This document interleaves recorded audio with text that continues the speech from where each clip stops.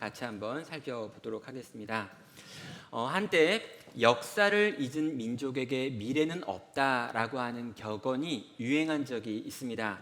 이 무한도전이라고 하는 영향력 있는 예능 프로그램에서 그 격언의 출처를 독립운동가 신채호 씨가 한 말이다라고 했기 때문에 많은 분들이 이 격언을 신채호 씨가 한 말이다라고 생각을 하고 있지요. 그러나 그가 쓴 어떤 책이나 어록에도 실제 이런 말을 했다라고 하는 것을 찾을 수는 없다고 합니다. 이 격언의 뜻은 분명합니다. 역사를 알아야지만 미래를 지킬 수 있다라고 하는 것이죠. 너무나 옳은 말이기 때문에 대부분 동의했지만 막상 이 격언이 어디에서 나왔는지 아무도 모르는 아주 신기한 격언이기도 합니다. 이와 비슷한 격언이 있는데요. 과거에서 배우지 못한 사람은 과거를 되풀이한다라고 하는 격언이 있습니다. 스페인 철학자인 조지 산티아나가 했던 말인데요. 이 문장이 유명하게 된 이유는 독일인이 유대인을 학살했었던 그 아우슈비츠라고 하는 수용소가 있는데 그 수용소의 추모 현장에 이 문구가 걸려있기 때문입니다. 과거에서 배우지 못한 사람은 그 과거를 되풀이한다라고 말하는 거죠. 정말 이 고통스러웠던 과거가 있고 그 과거에 대하여 잘 배운 사람만이 그 동일한 과거, 그 동일한 고통의 역사를 되풀이하지 않을 수 있다라고 하는 의미에서 독일인들에게 또 유대인들 양쪽을 향해서 하는 메시지가 있습니다. 저는 역사를 공부하는 것을 좋아했습니다. 암기 과목이어가지고요. 그냥 점수를 따는 게 쉬웠기 때문도 있고요. 또 세계사를 공부하면서 만나게 되는 여러 이야기들이 제가 가지고 있는 세계에 대한 이해의 폭을 넓혀 주었다라는 측면 때문에 이 세계사와 국사를 공부하는 것 되게 좋아했습니다. 어느 때인가 이 교과 과목 중에 이 필수 중에 이 세계사와 국사가 없어졌다라고 하는 때를 들은 적이 있었는데요. 저는 그런 교육 과정은 정말 잘못된 것이다라고 하는 생각을 했습니다. 세계사와 국사, 즉 역사가 우리에게 들려주는 것들이 있는데 그것은 단지 암기해야 될 몇 가지가 아니라 우리의 현재와 우리의 미래를 준비하는 데 있어서 대단히 중요한 지혜가 담겨 있다라고 생각했기 때문입니다. 과거에서 배우지 못하는 사람은 그 과거를 되풀이할 수밖에 없기 때문이죠. 오늘 저는 2000년도 더 전에 저희랑 너무나 멀리 있는 고대 근동의 거대한 제국들에 대한 이야기를 여러분과 함께 나누려고 합니다. 설교를 준비하면서 왜 굳이 설교 시간에 이런 이야기를 해야 되는가라는 생각이 제 스스로에게도 있었습니다. 굳이 이런 역사 이야기를, 이런 이야기까지 우리 성도님들에게 전해야 하는가? 설교를 통해서 할 수 있는 말이 너무나 많은데 굳이 이런 이야기를 전해도 되는 것인가에 대한 고민이 있었죠. 그런데 중요한 건 뭐냐면요, 성경이 이 이야기를 담고 있다라는 것입니다. 여러분, 다니엘과 세 친구의 이야기들이 들어있는 다니엘서 1장부터 6장까지도 성경이지만 그 이후에 다니엘이 보았던 환상들이 나와 있는 7장부터 12장까지의 내용도 하나님의 말씀인 성경이라는 거죠. 그렇다면 하나님께서 우리에게 말씀하셨다면 그 말씀이 지금 당장 내게 유익하거나 유익하지 않아 보이건 간에 분명히 이유가 있어서 우리에게 주셨을 텐데, 그렇다면 진지하게 이 말씀을 살펴보고 이 말씀의 내용을 이해하는 과정을 통해서 오늘 우리에게 하시는 주님의 말씀의 뜻이 있겠다라는 생각이 제게 있는 것입니다. 과연 고대 근동 제국들의 역사 이야기를 통해서 우리가 배워야 될 것이 있는 걸까요? 다니엘은 있다라고 대답하고 있습니다. 자, 오늘 본문 가운데 좀 들어가서 본문에 있는 내용들을 좀 살펴보려고 하는데요. 벨사살 왕 제3년에 다니엘이 또 한 번의 환상을 보는 것으로 이야기가 시작되고 있습니다. 이 환상을 보는 장소는 엘람 지방 수산성이라고 하는 지역이고요. 이 환상의 배경이 되는 것은 그 당시 수산성 옆에 있었던 인공 운하였던 이 을레 강변이었습니다. 자, 제가 이 장면을 좀 여러분과 좀 잘 설명하기 위해서 이 그림 몇 장을 준비를 했는데요. 이 그림들을 좀 보면서 그 내용이 무슨 내용인지 이 환상, 8장에 있는 환상들을 좀 정리해 보는 시간 갖도록 하겠습니다. 자, 첫 번째 그림을 보시면은요, 거기에는 다니엘이 수장 한 마리를 보는 것으로 시작되고 있습니다. 이 수장에게는요, 뿔이 2개가 나 있는데 그 뿔 가운데 한 뿔이 점점 자라서 처음 뿔보다 훨씬 더 길게 자라나고 있습니다. 이 수장은 사방을 들이받는데요, 이 수장을 이길 짐승이 하나도 없을 만큼 이 양은 강했습니다. 이 수장은 자기 힘으로 자기가 원하는 것은 무엇이든 하는 그런 존재가 되었죠. 자, 그런데 이 두 번째 그림을 보면은요, 이 숫양을 보면서 다니엘이 골똘하게 고민하고 있을 때 또 한 마리의 짐승이 나타납니다. 숫염소였죠. 그런데 이 숫염소의 특징은요, 뿔이 하나밖에 없고 아주 속도가 빠르다라고 하는 특징을 가지고 있습니다. 온 지면에 두루다니되 땅에 발이 닿지 않았다라고 말할 만큼 이 속도를 가진 이 숫염소가 지금 이제 있는 거죠. 이 숫염소는요, 눈과 눈 사이에 현저하게 강력한 뿔 하나가 있었는데 이 뿔을 가지고 이 숫양에게 달려들어서 이 숫양을 거꾸러뜨리고 무너뜨리는 것을 보게 됩니다. 내가 본즉 그것이 숫양에게로 가까이 나아가서 더욱 성내어 그 숫양을 쳐서 그 2뿔을 꺾으니 숫양에게는 그것을 대적할 힘이 없으므로 그것이 숫양을 땅에 엎드러뜨리고 짓밟았으나 숫양을 그 손에서 벗어나게 할 자가 없었더라라고 말합니다. 여러분, 숫양과 숫염소가 싸웠는데 이 염소가 숫양을 완전히 굴복시켰다라고 이야기를 하는 것입니다. 다니엘은 자기가 봤던 꿈을 이 환상을 해석할 수가 없었습니다. 그래서 이 환상에 대해서 해석을 구했는데 그때 가브리엘이라고 하는 천사가 등장을 합니다. 이게 구약성경 전체에서 처음으로 천사의 이름이 등장하는 부분이죠. 자, 이 가브리엘이라고 하는 천사가 환상의 의미를 설명해 주는데 여기 나왔던 처음 본 숫양은 메데 페르시아 제국을 의미한다라고 이야기를 하고요. 이 수장을 공격하여 무너뜨린 숫염소는 그 이후에 일어날 알렉산더와 헬라 제국을 의미한다라고 말하고 있습니다. 페르시아 제국이 헬라 제국에 의하여 완전히 멸망하게 되는 이야기를 다니엘은 환상을 통해서 본 것이죠. 여기서 우리가 한 가지 배워야 될 것이 있는데요, 4절에 있는 이 문장입니다. 내가 본즉 이 수장이 서쪽과 북쪽과 남쪽을 향하여 받으나 그것을 당할 짐승이 하나도 없고 그 손에 구할 자가 없으므로 그것이 원하는 대로 행하고 강하여졌더라라고 하는 이 숫양, 페르시아에 대한 이 4절의 해석을 좀 살펴봐야 되는 거죠.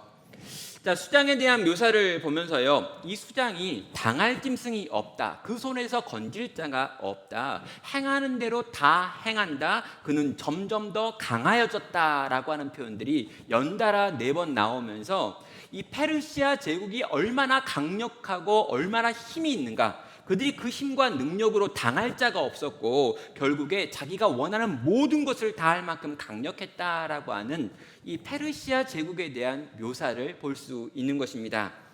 여러분, 이 메데 페르시아 제국의 모습을 보면은요, 어떤 짐승도 당할 수 없을 만큼 강력한 짐승인 것처럼 보입니다. 그런데 이 강력하고 힘이 있었고 사방을 들이받았던 이 수장이 어떻게 되었는가라고 보면은요, 숫염소가 나타난 다음에 그 숫염소에 의하여 비참하게 패배하고 몰락하고 사라져버리는 것을 역사를 통해서 보게 되는 것입니다.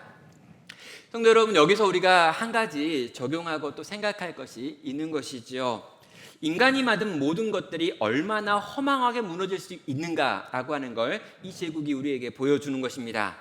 우리는 금으로 만들어진 나라였던 바벨론이 한순간에 멸망하는 것을 본 적이 있습니다. 그리고 은나라에 해당하는 메데 페르시아 제국도 그렇게 한순간에 멸망당하는 것을 보고 있는 것이죠.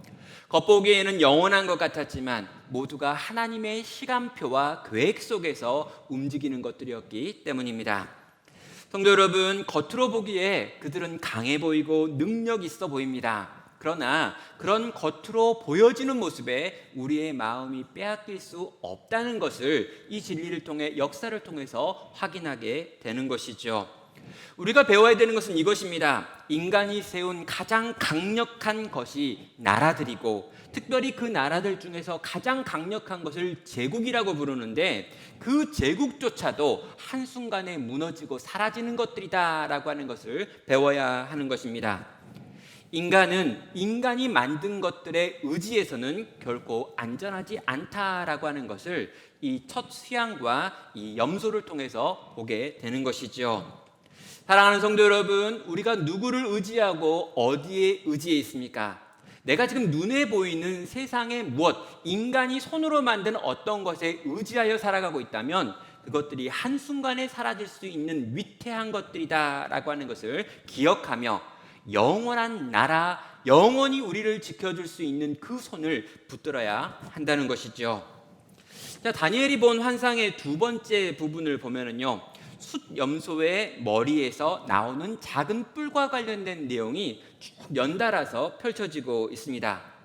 여러분, 염소에 대한 이야기 그리고 양에 대한 이야기가 있었습니다. 그런데 이 양과 염소의 이야기는 6절밖에 되지 않아요. 그런데 이어서 나오는 이 숫염소의 뿔 중에 한 뿔에 대한 이야기는 10절을 배당하고 있습니다. 자, 세 번째 그림을 보면은요, 요 염소의 모습을 좀 이렇게 그리고 있는데, 처음에는 머리에 뿔이 4개가 있었습니다. 아니죠. 처음에 등장할 때는 뿔이 하나밖에 없었습니다. 그런데 이 한 뿔이 꺾이고 4개의 뿔이 나왔습니다. 그런 다음에 4개의 뿔 중에 마지막에 나온 작은 뿔 하나가 계속 길어져 가지고요, 모든 것을 이기는 뿔이 되고 있고, 이 뿔이 결국에 거룩한 백성들을 공격한다라고 하는 내용으로 이어지고 있는 것이죠. 그럼 이 다니엘서를요, 역사적으로 읽는 분들은 이 숫염소를 헬라 제국으로 생각을 합니다. 강력한 웹뿔은 알렉산더 대왕을 의미하지요. 엄청난 속도로 페르시아를 공격했고요, 넓은 영토를 확보했던 왕이었습니다. 그런데 이 알렉산더가 33세밖에 되지 않은 젊은 나이에 후계를 남기지 못하고 죽게 됐고요. 당시에 4명의 장군들이 있었는데 이 4장군들에게 나라가 나눠지게 됩니다. 우리 그림 4에서 봤던 요 내용인데요. 그래서 나라가 온통 그 제국이 4개로 나눠지면서 이 색깔별로 구별이 되어지는데 저렇게 4개로 쪼개집니다. 이집트 지역에는 프톨레마이오스라고 하는 분이, 그리고 시리아 일대는 셀루키드, 그리고 마케도니아와 그리스 지역에는 카산트라, 그리고 트라케와 소아시아 일대를 지배하는 리시마쿠스라고 하는 왕들을 세워가지고 이 왕조가 만들어지고 이 왕조 4개로 분리되는 거죠. 한 뿔을 가지고 있었던 수점소가 이 뿔이 꺾이고 4개의 뿔이 나왔다라고 하는 말을 이런 방식으로 이해를 한 것입니다. 그렇다면 이 4개의 뿔로 만들어진 4제국 중에 마지막에 한 뿔이 있는데 그 작은 뿔이 일어나서 점점 커졌다라고 하는 말은 어떻게 이해하면 되는 걸까요?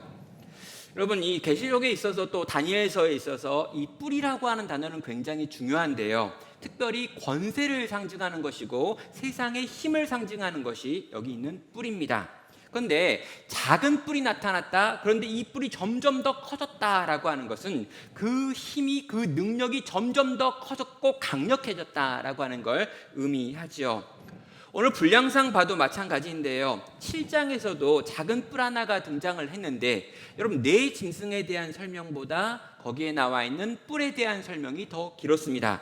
또 8장에 보면은 이 염소의 이야기와 양의 이야기는 6절밖에 되지 않는데 여기 이 숫염소에게서 나오는 작은 뿔은 10절이나 된다는 거죠. 역사적 해석학자들은요, 이 작은 뿔을 셀류키드 왕조에서 나온 안티오커스 에피파네스 4세이다라고 설명을 합니다. 여러분, 몇 번 제가 이 이야기를 했는데요, 이 안티오커스 에피파네스라고 하는 이 이름 자체가 대단히 신에 대하여 모독하는 이름입니다. 특별히 이 에피파네스라고 하는 말은 신의 현현이라고 하는 뜻인데요, 내가 곧 신이다 라고 하는 말을 자기 이름 뒤에다가 붙였다라는 거죠. 이 안티오코스라고 하는 왕은 정말 신이 되고 싶었습니다. 그래서 자기의 이름에다가 신현이라고 하는 현현이라고 하는 말까지 붙여가면서 자기를 신성화했었던 왕이죠. 그가 믿었던 신은 그리스의 신이었고 제우스 신을 그는 섬겼는데요. 이 제우스 신을 너무나 열심히 섬겼던 그는 유대인들이 너무나 미웠습니다. 그래서 유일신을 가지고 있는 유대인들을 엄청나게 핍박을 했고요. 유대인들이 모여서 예배하는 그 성전을 핍박하고 그걸 오염시켜야겠다라고 생각을 해서 성전 안에다 제우스의 신상과 제단을 만들고요. 거기서 거룩한 성전에 절대 들어와서는 안 되는 그 부정한 짐승이라고 불려지는 돼지를 잡아가지고 예배를 드리는, 제사를 드리는 의식을 행한 적도 있습니다. 여러분, 이 제왕에 대해서, 이 왕에 대해서 얼마나 싫어하는가라고 하는 걸 보면요, 23절부터 24절까지 있는 내용을 보면 이 네 나라 마지막 때에 반역자들이 가득할 즈음에 한 왕이 일어나니니 그 얼굴은 뻔뻔하며 속임수에 능하며 그 권세가 강할 것이나 자기 힘으로 말미암은 것이 아니며 그가 장차 놀랍게 파괴 행위를 하고 자의로 행하여 형통하며 강한 자들과 거룩한 백성을 멸하리라. 그가 꾀를 베풀어 제 손으로 속임수를 행하고 마음에 스스로 큰 채하며 또 평화로운 때 많은 무리를 멸하며 또 스스로 서서 만왕의 왕을 대적할 것이나 그가 사람 손으로 말미암지 아니하고 깨지리라라고 말하고 있습니다. 자, 이 네 번째 나타나고 있는 이 작은 뿔의 정체를 설명하는데요. 이 정체는 뻔뻔하고 속임수에 능하며 남의 힘을 끌어다 자기를 강하게 하고 엄청난 파괴 활동을 하며 그 힘으로 강한 자들과 거룩한 자들을 멸할 것이다 라고 말합니다. 그는 스스로 높아져서 만왕의 왕을 대적할 것이다 라고 말합니다. 한마디로 하면요, 그는 진짜 나쁜 놈이라고 이야기를 하는 거죠. 여러분, 똑똑한데 악하고요, 강하면서 교만하고요, 하나님을 믿는 자와 하나님에 대하여 원수가 되기를 자원한 왕이 바로 그 왕이다. 그리고 그런 왕이 나타나서 우리를 박해하고 하나님의 백성들을 공격할 것이다 라고 하는 말을 지금 이 예언을 통해서 다니엘이 본 것이고, 다니엘은 이것을 우리에게 전달하는 것이죠. 사랑하는 성도 여러분, 진짜 나쁜 놈, 나쁜 데다가 힘 있는 놈이 나와가지고 하나님 나라 백성들을 핍박하고 하나님에게 도전하는 일이 일어날 것이다 라고 하는 말을 하고 있습니다. 실제로 안티오커스 에피파네스는요, 역사적으로 그와 같은 일을 하기도 하지요. 유대인들을 핍박하고요, 여호와 하나님을 믿는다라고 하는 이유로 이 순교의 자리에 내어쳤기도 했습니다. 스룹바벨 시대에 열심히 힘내서 애써서 수고해가지고 제2성전을 이스라엘 백성들이 지어 올렸는데요, 그들이 그렇게 헌신해서 만든 스룹바벨 성전의 한 복판에다가 제우스의 신상을 세우고 그를 위한 제사까지 드려버렸습니다. 여러분, 이 안티오코스 에피파네스의 이 통치에 못 이겼던 이 유대인들이 들고 일어나가지고요, 마카비 혁명이라고 하는 독립운동을 일으켰고요, 결국에 그들이 마카비 혁명을 통해서 얼마 동안 성전을 탈환했던 적도 있었던 것이 바로 이 에피파네스 시대에 일어났던 일인 것입니다. 하나님께서는 진짜 나쁜 놈이 너희를 압제하게 되는 날이 올 것이다 라고 하는 것을 미리 알려준 것이죠. 그리고 다니엘은요, 이 이야기를 듣고 너무나 놀라고 너무나 두려워서 며칠 동안 알아눕고 있습니다. 27절은 말합니다. 이에 나 다니엘이 지쳐서 여러 날 앓다가 일어나서 왕의 일을 보았느니라. 내가 그 환상으로 말미암아 놀랐고 그 뜻을 깨닫는 사람도 없었느니라 라고 말합니다. 다니엘이 이 꿈을 꾸고요, 너무 지쳐가지고 심지어 여러 날을 앓을 만큼 고생을 했고요, 이 꿈을 그가 다 꾸었고 해석까지 들었음에도 불구하고 이 꿈의 전체 내용이 도대체 뭘 말하는지는 알 수가 없었다라고 하는 말도 하고 있습니다. 성도 여러분, 이 환상은 너무나 강력했습니다. 다니엘로 하여금 감당할 수 없게 만들었죠. 우리는 단지 성경 구절을 읽은 거고 그것에 대한 설교를 들은 건데요. 다니엘은요, 자기의 눈앞에 펼쳐져 있는 이 작은 뿔이 얼마나 강력하게 하나님과 하나님의 사람들을 공격하는지를 환상을 통해서, 그 눈을 통해서 봤다라는 거예요. 다니엘은요, 이 꿈이 두려웠습니다. 다니엘은요, 이 꿈을 꾸는 동안 내내 긴장했습니다. 얼마나 긴장했냐면 이 꿈을 다 꾸고 난 다음에 환상을 본 다음에 그는 너무너무 지쳐가지고요, 며칠을 알아버릴 만큼 힘들게 그 꿈을 꿨고, 심지어 그렇게 꿨던 그 꿈의 내용을 들었음에도 불구하고 그는 이 꿈의 내용을 해석할 수 없다라고 이야기하며 힘들어하는 것입니다.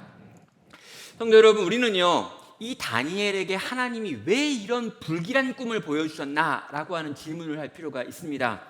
정말 좋은 이야기만 들려주면 좋겠는데, 정말 행복한 이야기만 들려주면 좋겠는데, 정말 희망이 있고 소망이 있고 이제 너희가 바벨론 포로로 끌려갔지만 곧 회복될 것이다 정도까지만 읽어주고 들려주면 너무나 좋을 텐데, 왜 이런 힘들고 어려운 이야기, 그리고 당장 다니엘이 경험하지 않아도 될 그 이야기들에 대하여 이렇게 설명하고 있는지를 생각해 봐야 하는 것이죠. 어떤 분은 그렇게 이야기합니다. 교회에 오는 사람들이 얼마나 힘들게 오는데 오면 좀 위로해야지, 그리고 좀 설교를 쉽게 해가지고 알아듣게 해야지, 이렇게 어렵고 복잡한 이야기를 굳이 이야기해가지고 밖에서도 피곤한데 여기 와도 피곤하게 만들면 되겠느냐라고 하는 말을 하시는 분도 있습니다. 제가 다니엘서 후반부를 지금 설교하고 있다고 하니까 진짜 그걸 하냐고 묻는 분이 있더라고요. 아니, 그걸 해가지고 어떤 유익이 있겠느냐, 그리고 그걸 한다고 해서 사람들이 알아듣겠느냐라고도 이야기를 하고, 저도 정리하고 설교하는데 너무 어려워가지고 때려치울까라는 생각을 한 적이 있습니다. 여러분은 어떻습니까? 여기까지 내용을 듣는데 막 은혜가 되고 힘이 되고 정말 살아볼 만하겠다라고 결단하면서 나아갈 수 있는 분이 과연 있겠느냐라고 하는 질문입니다. 그런데 여러분, 저는요, 하나님께서 다니엘에게 이 이야기를 하는 이유가 있다라고 믿어요. 그리고 이 이야기 때문에 다니엘이 심각한 고통 가운데 있고 심지어 앓기까지 했지만 이 이야기가 오늘 우리에게 전해진 이유가 있고 이것이 우리에게 주는 능력이 있다라고 믿습니다. 왜요? 하나님의 말씀이기 때문이죠. 여러분, 막연하게 미래에 다 잘 될 거야 라고 하는 말은요, 실제로 아무런 도움도 되지 않습니다. 여러분, 금방 문제가 해결될 거야, 코로나가 금방 끝날 거야 라고 하는 말이 별로 우리에게 도움이 되는 말이 아닌 것과 같지요. 처음에 우리가 이 코로나가 이렇게 발생을 하고 이렇게 환자들이 막 나오고, 특별히 신천지를 통해 가지고 막 대구 지역에서 이렇게 나올 때 신천지라고 하는 단체가 이 교회들에 들어와 가지고 추수꾼으로 활동을 하고 있기 때문에 교회들이 잠깐 모임을 폐하고 멈췄던 때가 있습니다. 그때 어떤 생각을 했냐면요, 이제 힘들지만 우리가 이 부활절이 되면 그때는 다 모여 예배할 수 있을 거다라고 생각을 했어요. 그래서 부활절에 우리가 어떻게 다 모일 것인가, 이제 흩어져 있고 온라인으로 예배하고 있는 사람들을 부활절에 싹 모아가지고 함께 예배를 하려면 어떻게 해야 될까라고 하는 이야기들을 하고 또 그걸 준비하기도 했습니다. 그런데 실제로 그렇게 모일 수는 없었죠. 그럼 그 다음에 우리가 생각을 하면서 또 이런 고민을 막 했습니다. 부활절은 안 돼도 우리 추수감사절 때쯤 되면 문제가 괜찮아질 거야 라고 생각을 하고 또 준비한 적도 있습니다. 그리고 막 1단계로 떨어지고 괜찮아지는 것 같으니까 요번에 성탄절에는 뭔가 좀 우리가 다 모여가지고 할 수 있겠지라고 하는 생각을 했던 적도 있어요. 그런데 상황을 보니까 저것도 힘들겠고 지금 우리가 이렇게 모이는 것도 다음 주에 이렇게 못 모일 수도 있구나라는 생각을 하면서 모이게 됩니다. 여러분, 희망 고문이라고 하는 말이 있습니다. 국어사전을 보면은요, 거짓된 희망으로 오히려 괴로움을 주는 행위라고 하는 걸 희망 고문이라고 하는 것의 정의로 말하고 있는데, 19세기 프랑스의 소설가 한 분이 이 희망이라는 이름의 고문이라고 하는 단편 소설을 썼는데, 그 소설 때문에 희망 고문이라고 하는 말이 생겼습니다. 부활절이 되면 괜찮을 거야, 추수감사절이면 다시 모일 수 있을 거야, 성탄절이 되면 이전으로 회복될 거야 라고 말하면 우리가 회복되는 게 아니더라는 거죠. 잠을 자고 일어나면 다 꿈처럼 지금 우리가 생각하고 우리가 경험하고 있는 모든 어려움들이 사라져 버릴 거야 라고 생각하며 꿈꾸듯 잠들 수 있습니다. 그러나 이 꿈에서 깨어나면 다시금 우리가 경험하게 되는 현실의 어려움들을 맞닿을 수밖에 없다는 것이죠. 여러분, 긍정적인 사고방식은 대단히 중요한 사고방식이고요. 적극적으로 생각하는 것도 좋습니다. 그런데 이 땅에 내 눈앞에 펼쳐져 있는 현실에서 도피한 채로 아무런 문제도 없을 거야, 점점 나아질 거야, 다 괜찮은 거야 라고 생각하며 살아가는 사람들은요, 결국에 몇 번에 걸쳐서 계속 희망했던 그 일이 일어나지 않을 때 더 큰 절망의 나락으로 떨어질 수밖에 없다라는 것이죠.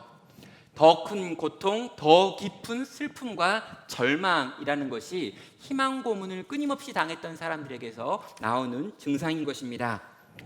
사랑하는 성도 여러분, 그래서요, 우리는 이 땅의 현실을 정확하게 봐야 합니다.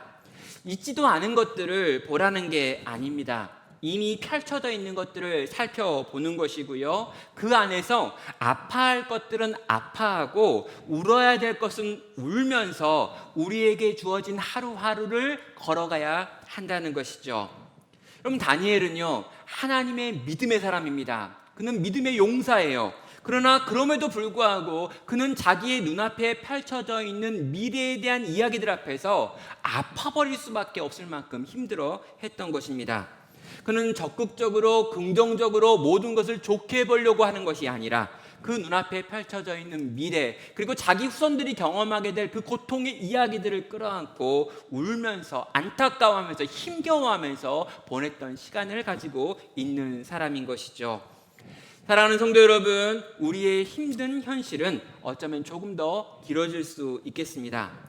상황은 악화될 수도 있습니다. 막연하게 평안하다라고 할 것이 아니라 평안하지 않을 수 있는 상황, 점점 더 어려워질 수 있는 상황들까지 염두에 두고 오늘 우리가 이런 상황 속을 어떻게 걸어야 될지를 하나님의 말씀 앞에서 묻고 듣고 그대로 행해야 한다는 것이죠.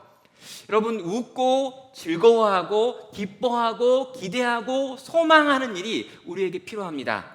그러나 동시에 오늘이라고 하는 우리의 현실과 우리 앞에 펼쳐져 있는 여러 가지 어려운 일들을 그 어려움 그대로 수용하여 내게 가지고 오고 그 속에서 나는 어떻게 살아야 합니까? 라고 하는 진지한 물음을 던지기도 해야 한다는 것입니다. 여러분, 이렇게 역사를 알아야 될 이유가 무엇일까요? 오늘 다니엘이 남기고 있는 이 8장의 예언을 교회는 어떻게 읽었고 또 읽어야 되는 걸까요? 그럼 먼저 이 다니엘과 동시대 바벨론의 포로들에게 이 이야기가 들려졌을 때 이 바벨론 포로들은 이걸 어떻게 읽었고 그것이 그들에게 어떤 유익을 줬던 걸까요? 그러면 다니엘 시대를 살았던 이 포로 유대인들에게는요, 이제 곧 70년이 된다라고 하는 생각이 있었습니다. 에레미야가 이야기했습니다. 또 다니엘도 언급했습니다. 또 여러 환상을 통해서 에스겔을 통해서도 예언된 내용이 70년이 되면 돌아오리라 라고 하는 말씀이 있었습니다. 여러분, 하나님의 말씀은요, 능력이 있습니다. 하나님의 말은 말에서 끝나지 않고 반드시 역사합니다. 그래서요, 70년이 지나면 돌아오리라, 이것의 정확한 뜻은 모르지만 이제 70년이 되어가고 있고 곧 우리가 돌아가게 될 것이다 라고 하는 생각이 다니엘 시대를 살아갔던 성도들이 가지고 있던 생각이죠. 그리고 그 하나님의 말씀은 성취됩니다.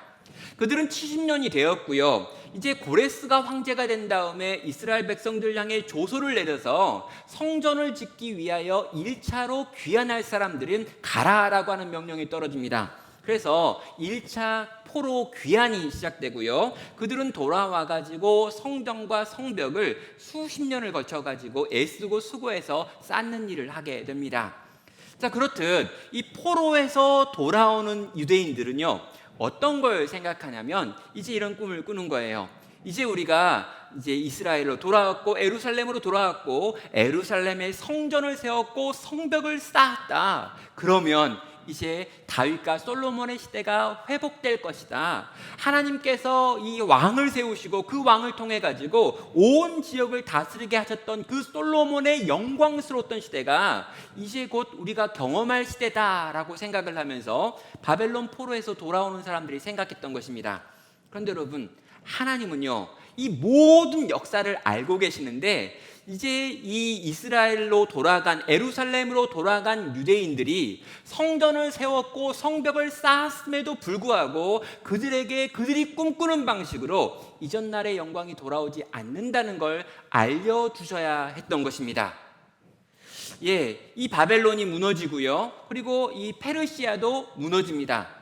페르시아가 무너진 다음에 우리 유대가 살아날 것이다, 하나님의 나라가 도래할 것이다 라고 많은 사람이 생각하고 있었는데, 페르시아 다음에 페르시아보다 더 강력한 이 알렉산더가 이끄는 헬라 제국이 쳐들어올 것이고, 특별히 헬라 제국의 네 번째 뿔, 가장 작은 뿔이었던 이 셀루쿠스 왕조에게 탄압을 받게 될 것이고, 안티오쿠스에게 이런 일들도 당하게 될 것이다 라고 하는 이 바벨론 포로에서 풀려나고 있는 자들에게 이후에 일어날 역사가 이렇다라고 지금 설명해 주고 있는 것입니다.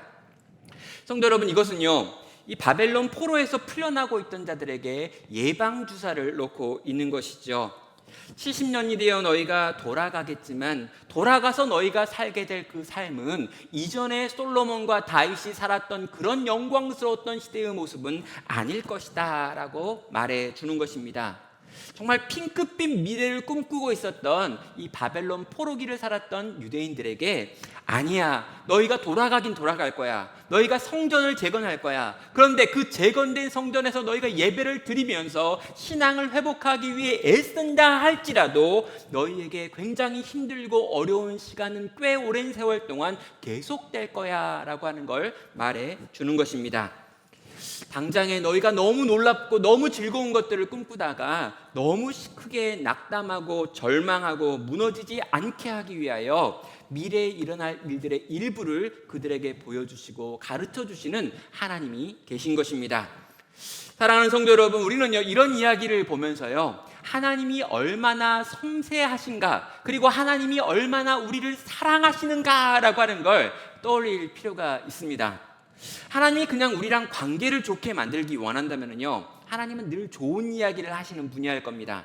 늘 긍정적으로 이야기하고요, 늘 좋게 이야기를 해줘야죠. 그러나 하나님이 정말 당신의 백성을 사랑한다면요, 당신의 백성으로 하여금 이 어려운 때를 통과할 수 있는 자들로 빚어놓고 세워놓고 훈련시키고 연단시키셔야 했던 것이고, 그 방법이 바로 그들이 경험하게 될 미래의 어두움, 힘들고 복잡하고 정말 고통스러운 그때에 대한 이야기를 미리 들려주면서 그때를 준비하고 그때를 준비해서 오늘 조금 괜찮은 이 시간에 너희가 준비할 수 있는 것들을 챙겨라 라고 하는 말로 지금 이해할 수 있게 되기 때문입니다. 사랑하는 성도 여러분, 그냥 좋은 관계, 그냥 편한 관계가 되기 원하면요, 늘 이쁘다, 늘 잘한다, 늘 훌륭하다, 넌 참 멋지고 대단한 사람이야 라고 칭찬만 해주면 됩니다. 그러나 정말 사랑한다면요, 정말 아낀다면요, 그를 사랑하고 그를 아끼기 때문에 그가 듣기는 힘들고 거부할 수 있는 말들을 하는 것, 이게 사랑이고요, 우리 하나님께서는 당신의 백성을 지금 그렇게 대하고 있는 것입니다. 성도 여러분, 동일하게요, 이 말씀을 오늘 우리에게도 적실한 것 같습니다.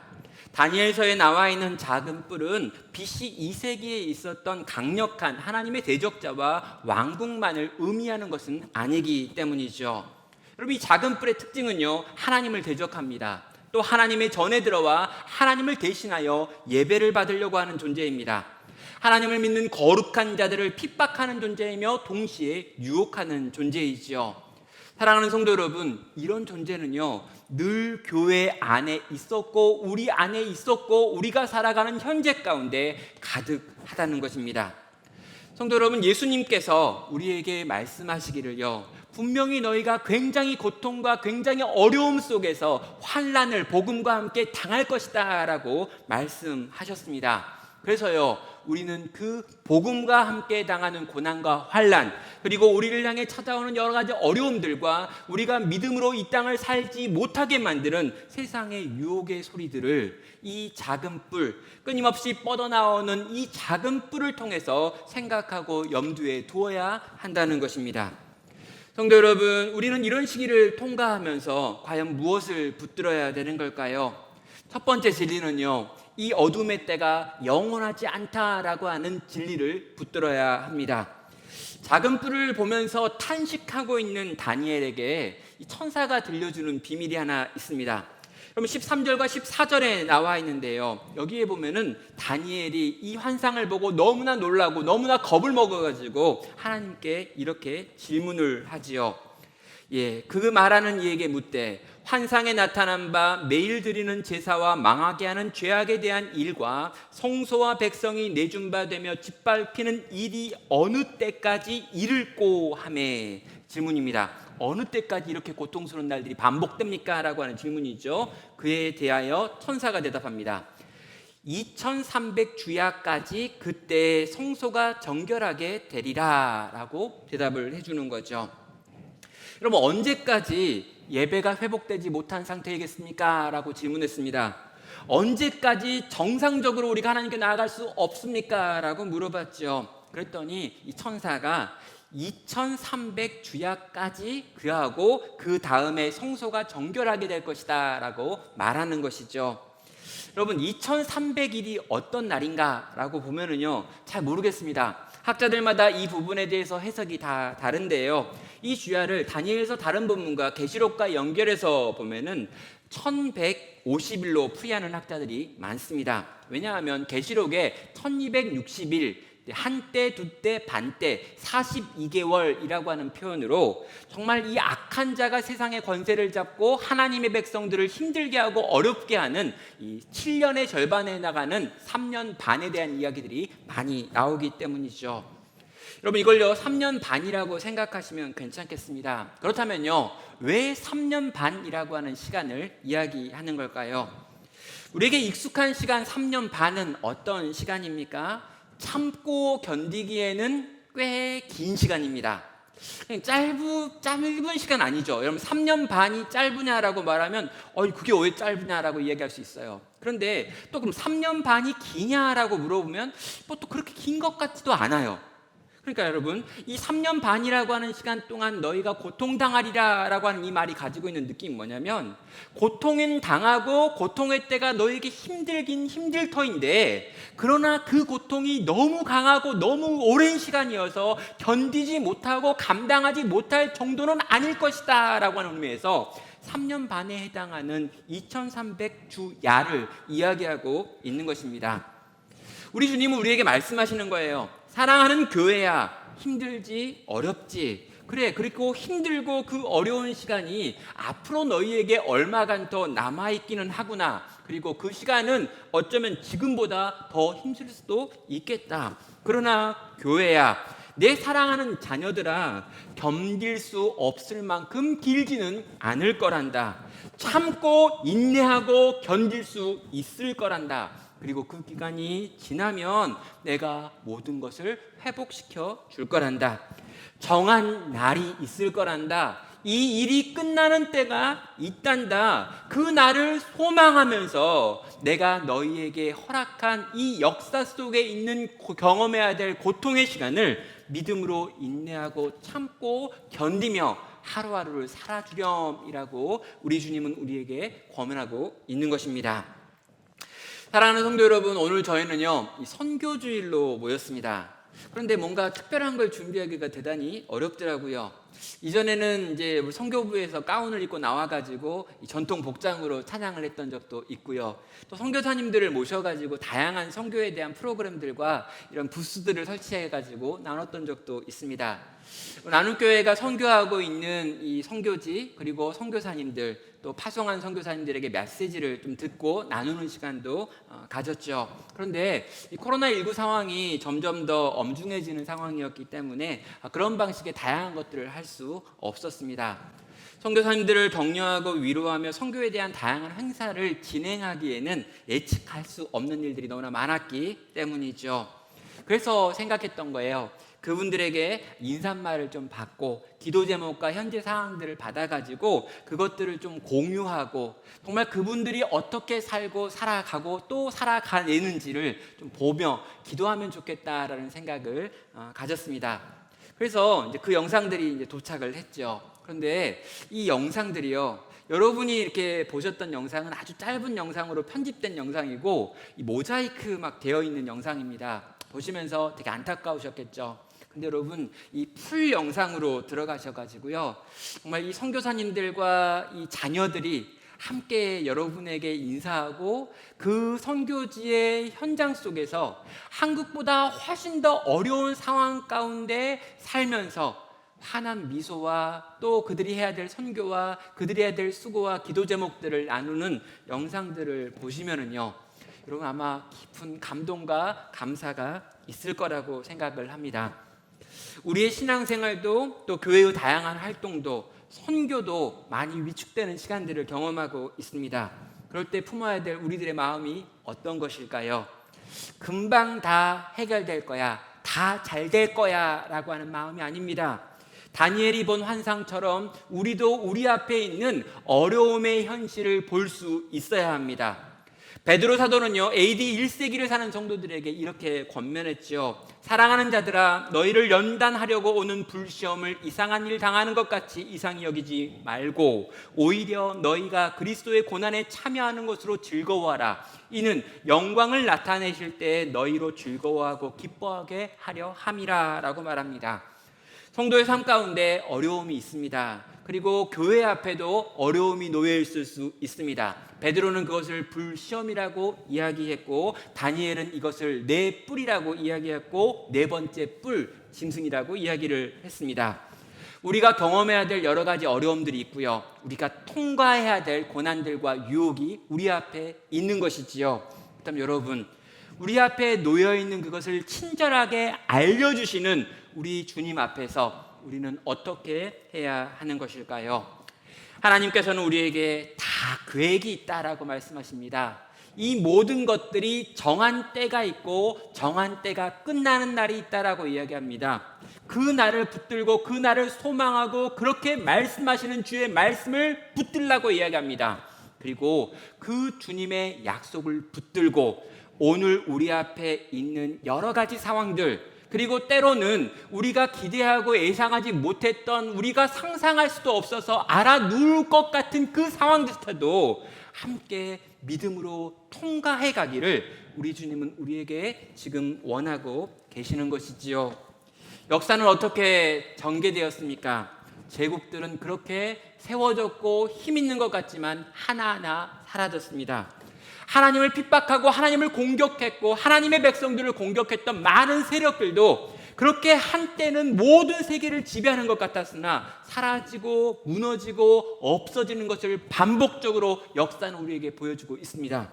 그 많은 기독교를 핍박했던 것과 그 많은 교회를 핍박했던 것들이 결국에 그렇게 하나하나 역사의 뒤안으로 밀려갈 때, 그럼에도 불구하고 주님의 교회는 살아있고 주님의 교회는 지금도 일하고 역사하고 있는 것들을 우리는 역사를 통해서 확인하고 있는 것이죠.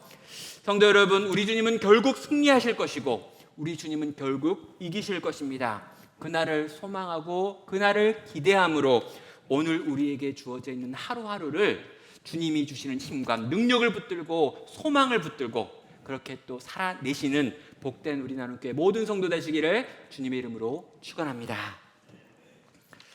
이 시간 우리 들은 말씀을 가지고 1분 정도 한번 생각해 보도록 하겠습니다. 내 안에 있는 헛된 희망 고문하던 것들은 무엇입니까? 그리고 정말 진지하게 맞닥뜨려야 될 내 앞에 놓여있는 현실은 또 어떤 거고 교회 앞에 놓여있는 현실은 어떤 겁니까? 우리 주님이 그 모든 것들을 내게 알려주실 때 나는 그 앞에서 어떻게 반응합니까?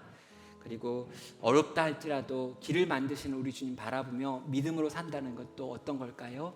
이 시간 들었던 말씀을 생각하며 그 말씀 묵상하며 기도의 제목들로 나아가며 함께 침묵하도록 하겠습니다.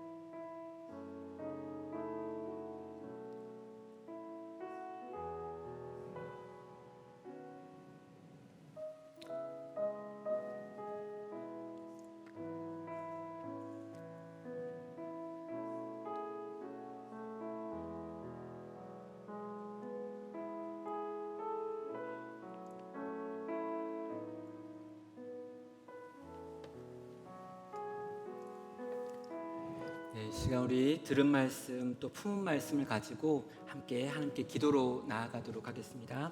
기도하겠습니다.